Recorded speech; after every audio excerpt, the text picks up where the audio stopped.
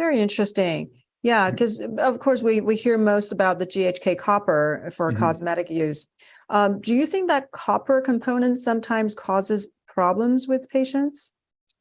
I would say if you're dosing it too high, certainly. You can, one of the main features of this is if people start to see the lumina of their nails turn blue, that little white circle, you have way too much copper and you might need to chelate it.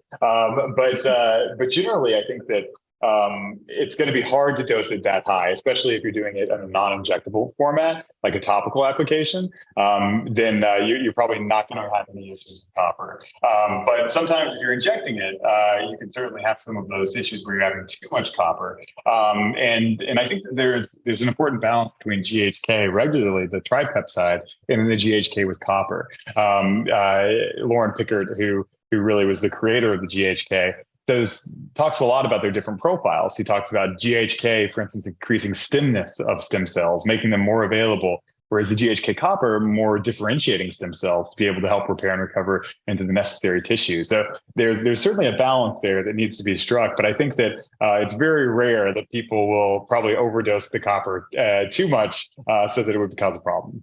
Yeah, or adverse reaction to the copper. I'm not sure if that has occurred. Um, Yeah. so are they both naturally occurring, the GHK and Yeah, copper? Okay. absolutely. The copper is relatively well attracted to that tripeptide, so you have to really make a point to make sure that it's not binding to the copper. Very interesting. Yeah. Well, I can only find out from a real biochemist.